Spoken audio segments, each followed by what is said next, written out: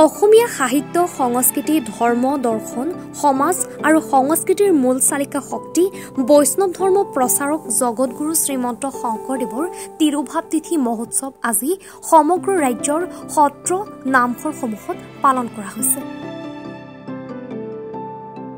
গুৰুজনাৰ একান্ত শিষ্য মাধৱদেৱ গুৰুৱে স্থাপন কৰা ঐতিহ্যমণ্ডিত বৰপেটা সত্ৰতো পালন কৰা হৈছে মহাপুৰুষ শংকৰদেৱৰ 455 সংখ্যক তিৰুভাৱ তিথি মহোৎসৱ।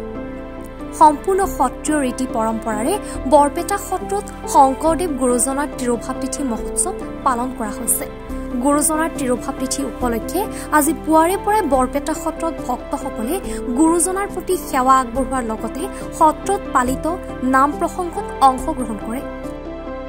বৰপেটা সত্ৰত শংকৰদেৱ গুৰুজনাৰ তিৰুভাৱ তিথিৰ দিনটোত কীৰ্তন মহোৎসৱ হিচাপে পালন কৰা হৈ আহিছে। গুৰুজনাৰ কীৰ্তন মহোৎসৱ উপলক্ষে আজি বৰপেটা সত্ৰত পুৱাৰে পৰা গীত আৰু ভতিমা গোৱাৰ পিছত ঘোষাপাত কৰা হয়। আনহাতে সত্ৰৰ গায়ন বায়নে গুৰুঘাট পৰিৱেশন কৰি ভোজন ব্যৱহাৰ অংশ ৰূপায়ণ কৰে।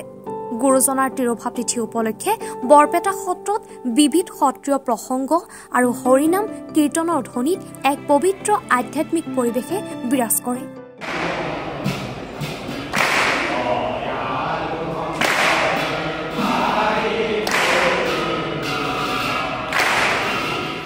ৰাম কৃষ্ণ আজি জগতগুৰু শ্ৰীমন্ত শংকৰদেৱ মহাপুৰুষ গুৰুজনাৰ কীৰ্তন মহোৎসৱ 455 সংখ্যক তিৰুভাৱ কীৰ্তন মহোৎসৱ, তাক তিথি বুলিও কয়।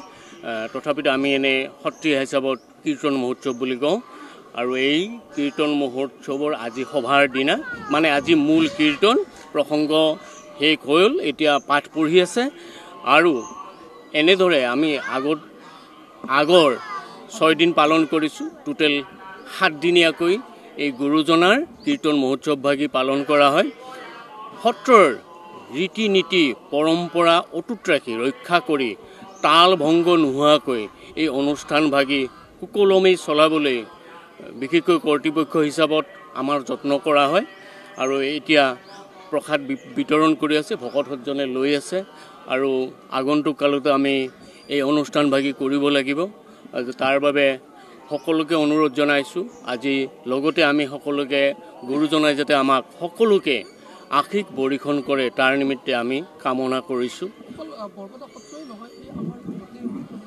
হয়, অল অসম, সদৌ অসমেই এই অনুষ্ঠান ভাগি পালন কৰাৰ ওপৰত বিশেষকৈ বৰপেটাৰ এইটো দায়িত্ব হয়। গুৰুজনাৰ এই কীৰ্তন মহোৎসৱ ভাগি সুকলমে চলাই নিয়াটো বৰপেটাৰ মাধৱদেৱ গুৰুজনাৰ ৰীতি আদৰ্শ ৰক্ষা কৰি তেওঁ যি ধৰণে কৈ থৈ গৈছে সেইমতে আজি কপতি যৎপৰ নাস্তি, এটা তাল ভংগ নোহোৱাকৈ কৰিবলৈ বাপ বান্ধৱসকলে বংশ হাতী গোট পৰম্পৰাৰ যি বাপ বান্ধৱসকল তেওঁলোকে যত্ন কৰিছে আৰু আগন্তুক কালতো কৰি থাকিব বুলি আমি আশা পালিছোঁ। হয়, নিশ্চয় আজিৰ দিনতেই সভাখিনি হয়, মানে কীৰ্তন মহোৎসৱ ভাগি হয়, তেওঁলোকৰ তাতো হয়। সুন্দৰদিয়া সত্ৰত হ'ব। বিশেষকৈ আমাৰ শ্ৰী শংকৰদেৱৰ থান পাটবাউসী, বৰলজাৰ পাটবাউসী, তাতো এই অনুষ্ঠান ভাগি হয়। আৰু আমাৰ এটা নিয়ম আছে যে বৰপেটা সত্ৰৰ 6টি বংশৰা আছে, তেওঁলোকে গৈ প্ৰতিবাৰে এই অনুষ্ঠান ভাগি পালন কৰে। আৰু লগতে এইবেলি দক্ষিণ হাতীগোটৰ পালা তেওঁলোকে পাটবাউসীত গৈ অলপ পিছত, ইয়াত শেষ হোৱাৰ পিছত তেওঁলোকে গৈ পাটবাউসীত এই কীৰ্তন মহোৎসৱ ভাগি পালন কৰিব। আৰু সুন্দৰদিয়া সত্ৰতো পালন হৈছে, বাৰাদি সত্ৰত চিনপুৰা ভেটি স্থানত তাতো পালন হৈছে। যোনে যেনেকৈ পাৰে গোটেই জিলাখন, গোটেই অসমতেই হৈছে এই অনুষ্ঠান। তথাপিতো বৰপেটা যেনিবা অকণমান সুকীয়া। নমস্কাৰ, মই অজয় ফুকন আৰু এইখিনিতে সমূহ এনি ভাৰত চেনেলটোৰ যিসকল কৰ্মকৰ্তা আছে সকলোৰে মোৰ ফালৰ পৰা শুভেচ্ছা জ্ঞাপন কৰিছোঁ। অসমৰ আচলতে সংবাদ জগতত নতুনকৈ আচলতে এটি আত্মপ্ৰকাশ ঘটিছে আমাৰ নিউজ চেনেল এনি ভাৰত। আৰু এনি ভাৰতৰ এটা খুব ধুনীয়া এটা অনুষ্ঠান হ'বলৈ গৈ আছে।